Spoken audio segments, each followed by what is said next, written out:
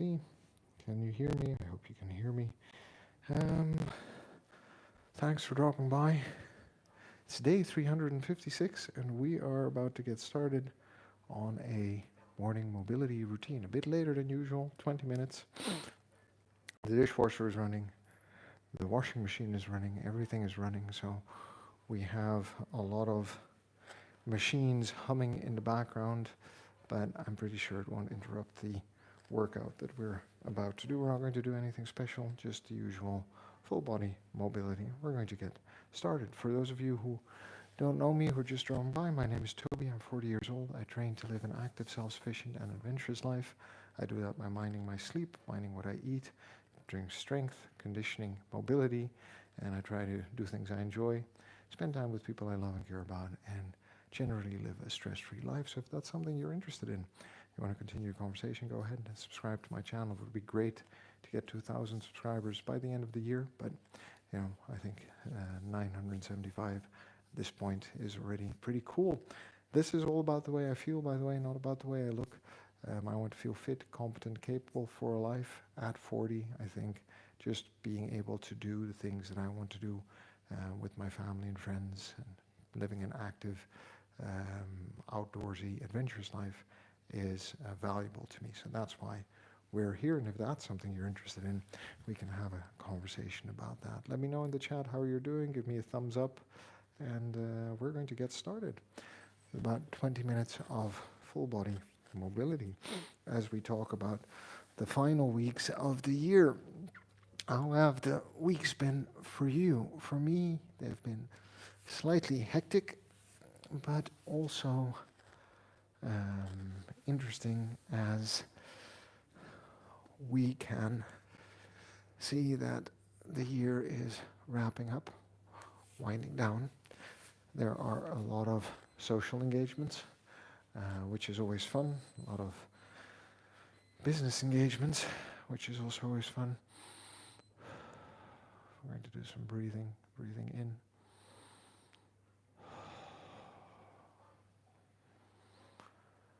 But in a good way, looking back on a year with almost daily routine of exercise, whether that's strength, mobility, conditioning, rest days, running.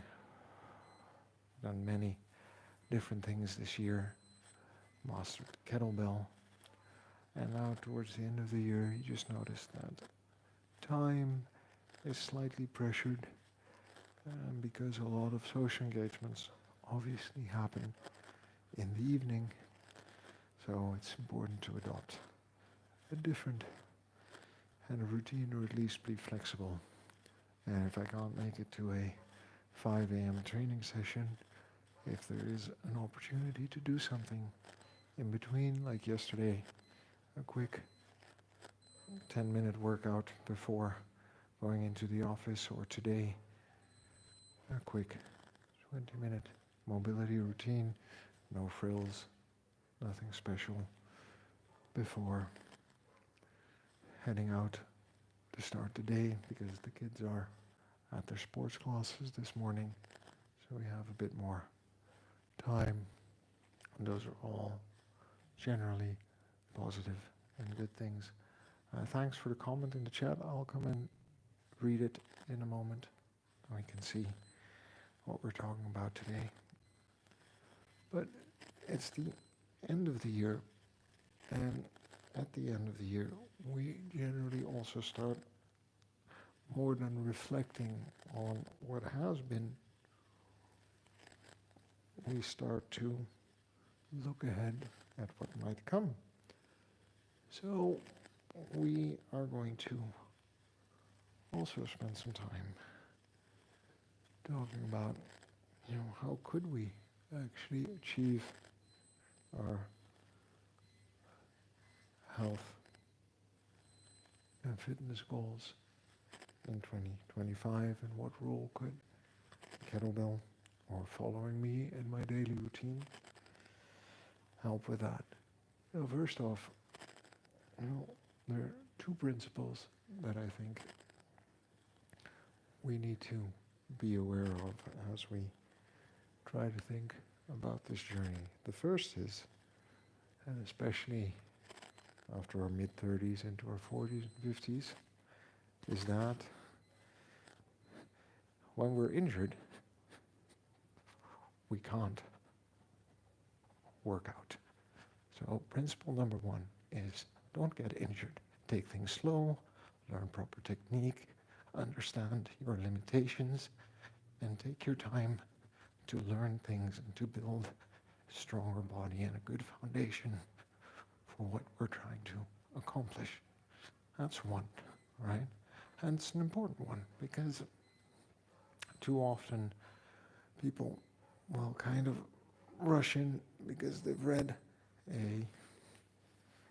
about a 2-week or 4-week fad program, or someone sold them something that is short and promises amazing results over the weekend, and what happens is they end up getting injured, demotivated, and actually backsliding rather than progressing. Because when we get injured, not only aren't we able to train properly, but we also lose some of our motivation because it feels like a failure, like our bodies can't do what we want it to do. But here's the thing: if you understand how to progressively overload your body and take it a little bit at a time every day, you're probably going to end up getting much further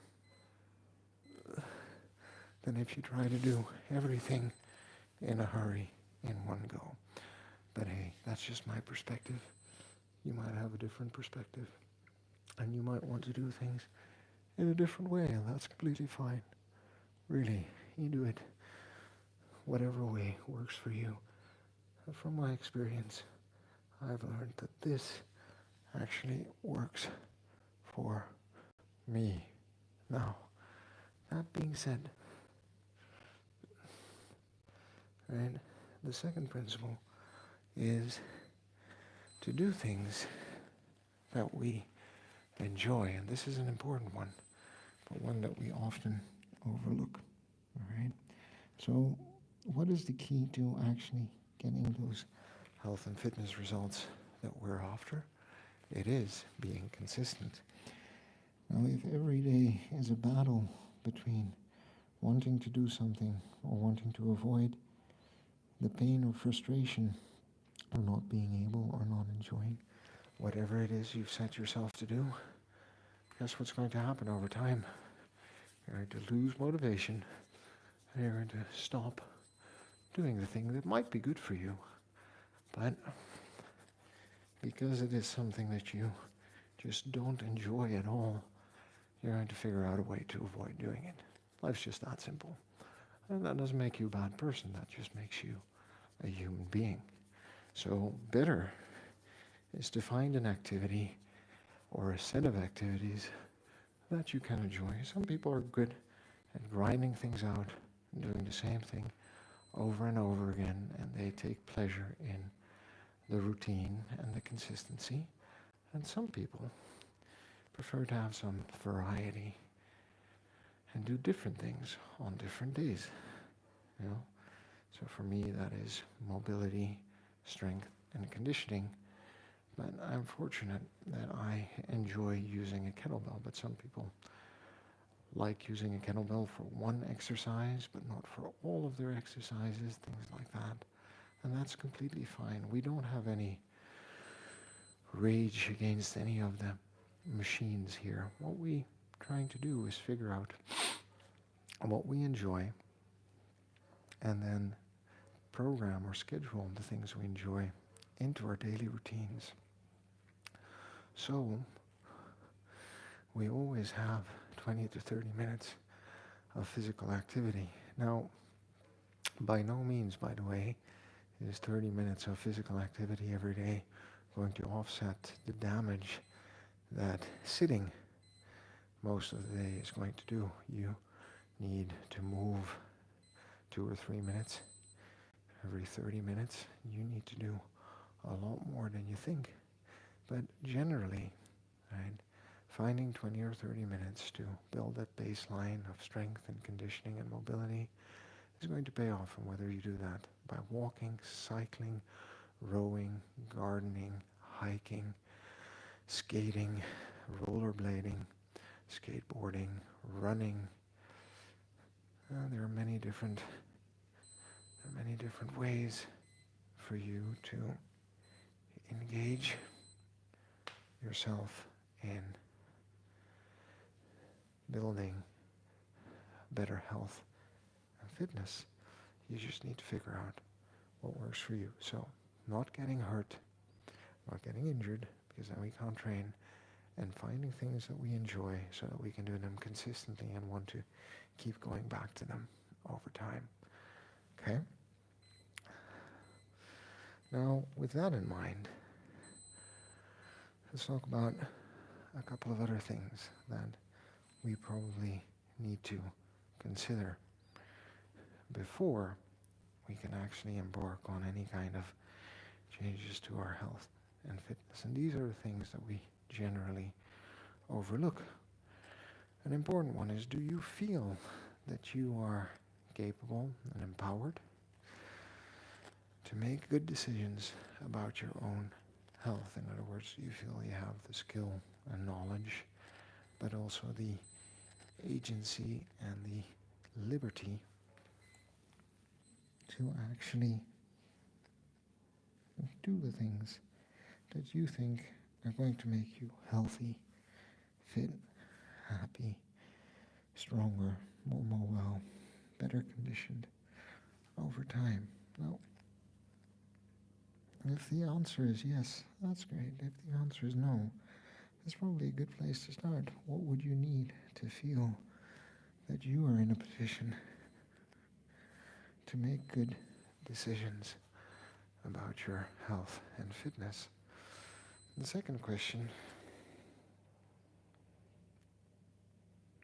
is whether or not your environment is supportive and conducive to better health and fitness. And what I mean by that is whether you're in an environment where you can move, where you can be free of stress and worry and concern, whether you're in an environment where there are foods and facilities available to help you make different movement choices, different food choices, different sleeping routine choices.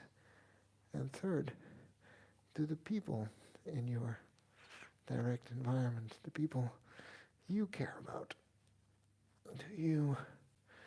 do they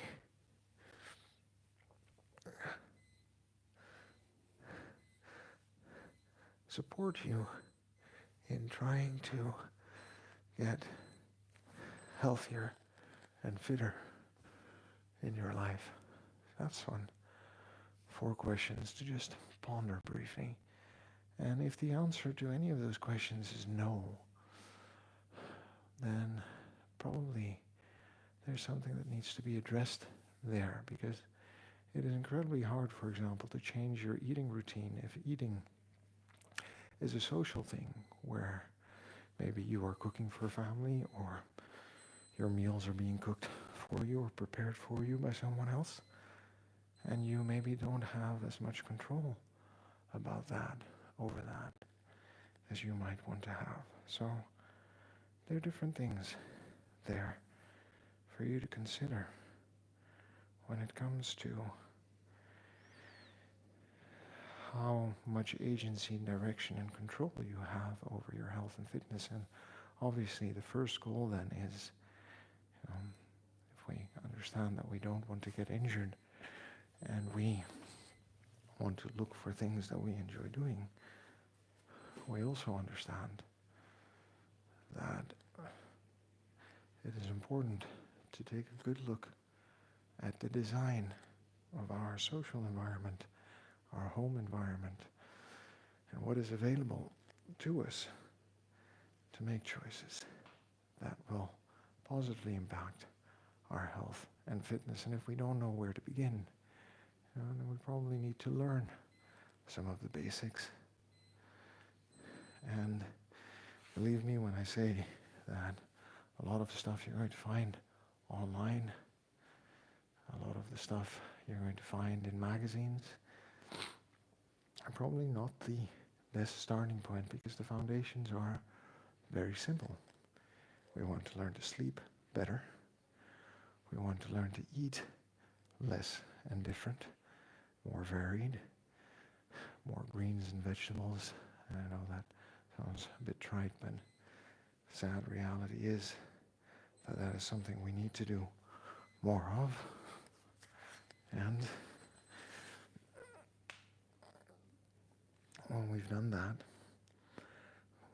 we can start thinking about exercising more by just moving more, walking, taking stairs instead of elevators, going for hikes, walking up and down, getting that heart rate up a little bit, and then looking into how we can add some light resistance training, strength training, and finally some proper mobility routines to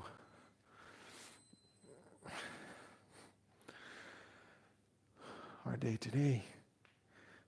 And this doesn't have to be hours on end. I think the biggest investments we can make in getting healthier and fitter are in sleeping 7 to 9 hours a day, rather than watching TV, being out, drinking, wining and dining.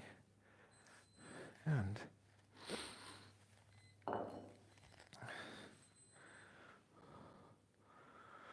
eating within our energy balance. So we don't have to lose weight, we just don't want to gain excess weight either. Probably want to stay at the same weight over time. That is probably a good way to stay healthy. And while staying at the same weight, try to add a bit more protein to our overall diet to support the growth and maintenance of lean muscle mass. So if you do those two things, and then you add on a little bit of exercise to that, well, you're probably going to go furthest in life, in your health and fitness journey. That's one thing we often forget, right? You can't make money of telling people to sleep more. You can't make money of telling people to eat more greens and to eat more chicken breasts or tofu from the oven or steamed. You definitely can't earn a lot of money from telling people to eat more rice with some broccoli and some white fish on top of it. So it's a lot easier to try to sell people on the idea that they are going to get healthier if they follow your 10, 12 day week program for only $99.95 on Black Friday and Cyber Monday instead of the regular $299.95. Just keep that in mind, that the foundations and the basics of health, better fitness are all things that we can do relatively from the comfort of our own home. But more than that, are things that we can do that aren't very costly or expensive. They're just things that we can do, that we as humans have done for as long as we've been a part of this planet.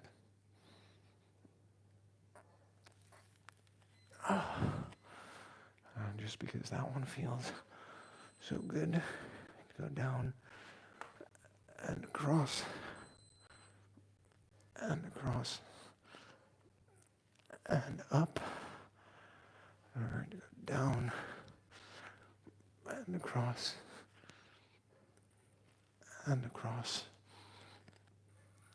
and up.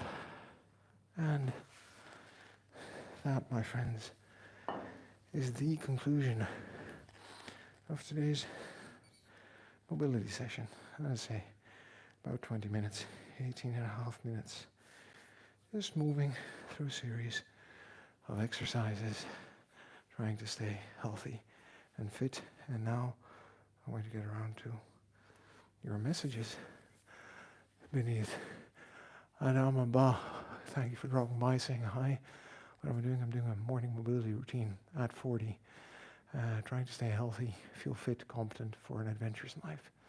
So that's one of the 3 types of exercises that I do. Hey,